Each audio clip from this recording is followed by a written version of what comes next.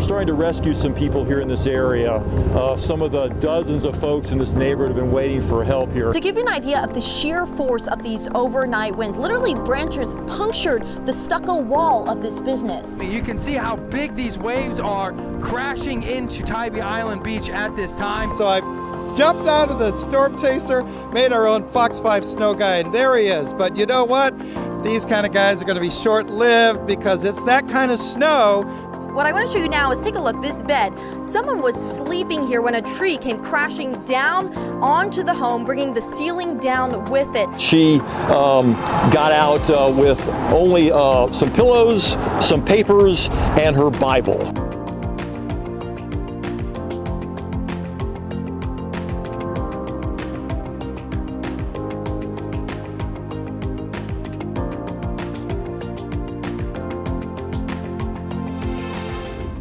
So we're here in the Charlestown Colony subdivision in Houston. Been riding around with some very dedicated volunteers with 3P Off-Road in this 5-ton surplus truck, and they're starting to rescue some people here in this area.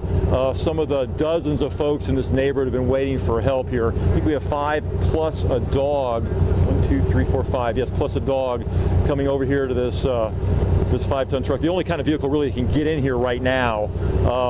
It's really been difficult to get around unless you've got a truck like this or a boat like that. And I'm going to move back a little bit so we can get these people in. How's everybody doing? How long have you been waiting? Like 3 hours. 3 hours or so? Okay, has the water been this high the whole time, or is it starting to go down a little bit? It's Going up? Well, come on board here. You got it? There you go. Hey, someone else want to hop in the back and help. Hey, buddy. Thank you. Let's slide forward. Let's slide forward. All right. There you go.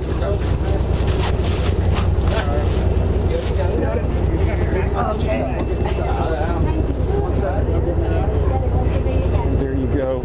So 5 rescue, room for a lot more as we drive through the Charlestown Colony subdivision up here in Houston. The water has actually gone down in a lot of different areas, I've been told, but still some pockets of obviously very high water here in some very dangerous situations. So we'll be following these people out throughout the afternoon here and see who else they can help. Yeah, the problem is that this neighborhood falls within the shadow of Addicks Reservoir. It's one of the 2 reservoirs designed to protect Houston from flooding, but it's so much water it can't do its job, and so they've had to empty those reservoirs into neighborhoods like this. Otherwise it would be a much bigger disaster. That's why the water in this area is rising instead of falling. So we'll continue to ride along with these very dedicated volunteers and follow their rescue efforts. For now, reporting live from Houston, Randy Travis, Fox 5 News. Randy, as you know, that reservoir you mentioned, Addicks, is an earthen dam. How much concern is there that might fail in the coming days?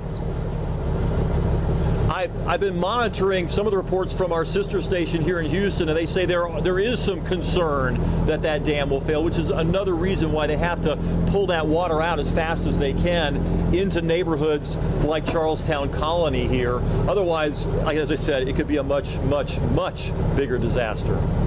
Amazing work you all are doing out there. Randy, thanks so much for the live report from Houston. We appreciate it. You can see how big these waves are crashing into Tybee Island Beach at this time, but definitely the wind gusts, David, for sure are the biggest impact right now. All right, we've been talking about the storm surge now, a better part of this day, Ryan, and we're waiting on now, as you said, high tide right after midnight. Do you get a sense that level of water is on the rise right now? Oh, absolutely. We've had to move up closer to the sand dunes twice since just being out here in the last 15 minutes. Surprisingly, we did see a couple locals come out here just to check on us. Some of us even bring us some bottled water, just checking on us to make sure we're okay. We also saw another group of gentlemen that said, all right, if high tide's at 1:30 and the water is already here, he admitted that he was even concerned, and he said, well, are you staying on the island or are you getting off? And I said, well, we're supposed to stay in Savannah tonight. And he said, if that's the case, you need to leave sooner than later, because he's more than likely this water's really going to start to take over. Reporting live in Tybee Island, meteorologist Ryan Beasley, Fox News. All right, nice job there, Ryan. Stay safe. This is what's left of one family's home on East Plainview Road. You can see it is a sopping, mangled mess. If you look at my feet here, these carpets completely saturated. The family spent the morning trying to salvage what they can from the wreckage. But what I want to show you now is take a look. This bed, someone was sleeping here when a tree came crashing down onto the home, bringing the ceiling down with it. After that ceiling came down, the roof was blown off, and I'll show you where it was blown to. If we turn around here, that's the roof, scattered throughout the backyard, also tangled among the branches, insulation from the home. Now, that man was remarkably not injured, but even so, perhaps the most incredible survival story comes from the mother who lives here. She was outside with her child during the brunt of the storm. Take a listen. Then it just started pouring. The wind was blowing, and there was like a loud boom, and I turned around, and the back windshield of my car, or the back window of my car, was busted out, and the baby was just crying. Authorities say at least 8 homes and 6 structures, so that's 14 total, were damaged this morning. Our Skyfox drone capturing the extensiveness of the damage, certainly presenting a unique perspective here. Porches flipped, barns leveled, roofs blown off, car windows shattered, and downed power lines, all on East Plainview Road. I'll say it again, this street is just a mangled mess. One homeowner recalled hearing a massive roar around 5:30 this morning. I ran upstairs, got all my kids there upstairs, so I got them downstairs, and all you could hear was just all the hail hit the house. It was rough. It was scary. I told my wife, I said, I don't get scared that easy, but I was worried then. Certainly a sobering morning here as daylight revealed the extensiveness of the damage. For many families like this one, the cleanup process is only just beginning. We can expect to see the National Weather Service out here in the next few days. They will ultimately confirm whether or not this is the result of a tornado. In Gordon County, Emily Ikeda, Fox 5 News. 9:16 now. Take a look at this lovely scene from Fox 5 photojournalist Billy Heath. It's the hunter's moon over the Jackson Street Bridge. Oh, I'm so glad he captured that for us. That is pretty, Paul. Love it. All morning long, I've been talking to homeowners who have shared remarkable survival stories after downed trees just narrowly missed where they were sleeping. And here is a perfect example of that. We're on Westover Trace in Cobb County. You'll see that massive tree smashed into the back of the home. And that's where we're told one couple was sleeping. And here with me, I've got both next door neighbors. They're going to walk us through what exactly happened this morning. First, we've got Michael. And Michael, what did you hear and then see? I really just heard an explosion, what sounded like an explosion, and we looked out the window and we saw this huge tree come down into Tammy and Todd's house. So we ran next door and made sure they were okay.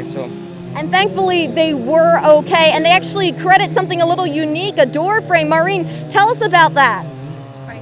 So like I said, in the bedroom, the tree fell, and as they were exiting, trying to get out of the house, Tammy was able to assess that the closet door was open and the tree was resting on the door, and that's what she believes kept the tree from further landing on her and trapping her. She was able to get out.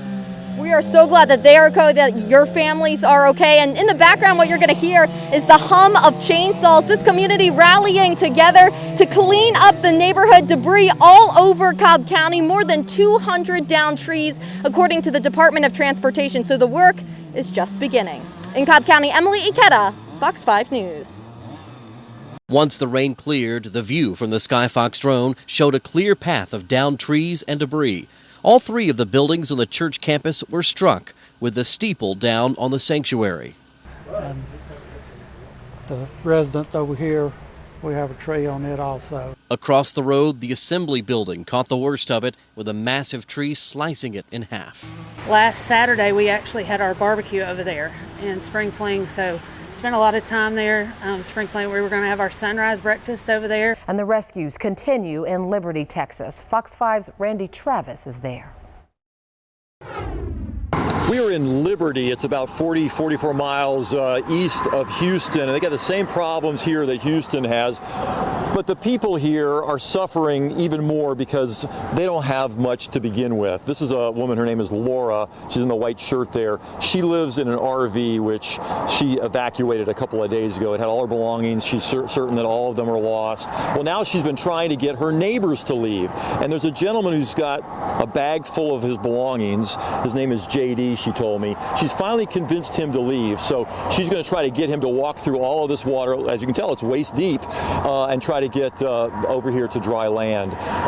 This is the Trinity River that you see in front of me here. It's not supposed to be here. It's supposed to be several hundred yards over to my right, but it has overflown its banks a few nights ago because of the devastation of Hurricane Harvey. Laura was telling me earlier that she got out with only some pillows, some papers, and her Bible. And the t-shirt that you see her wearing right there is a t-shirt that was donated by a church. She really doesn't even own the clothes on her back right now. Looks like JD is locking his RV to make sure that everything is safe and sound, and he is going to start moving over in our direction. It's been very frustrating for people because they can't get around. I mean, the roads are flooded. There are very few ways to get to places, and so even when they get out, as they're moving right now, it's going to be difficult to get to anywhere else. They'll probably stay in a shelter and hope that the water, the river finally crests. Could be today, could be Friday. We're getting mixed reports about that, but at the very least, they'll be moving to higher ground. That's the story from Liberty, Texas. I'm Randy Travis, Fox 5 News.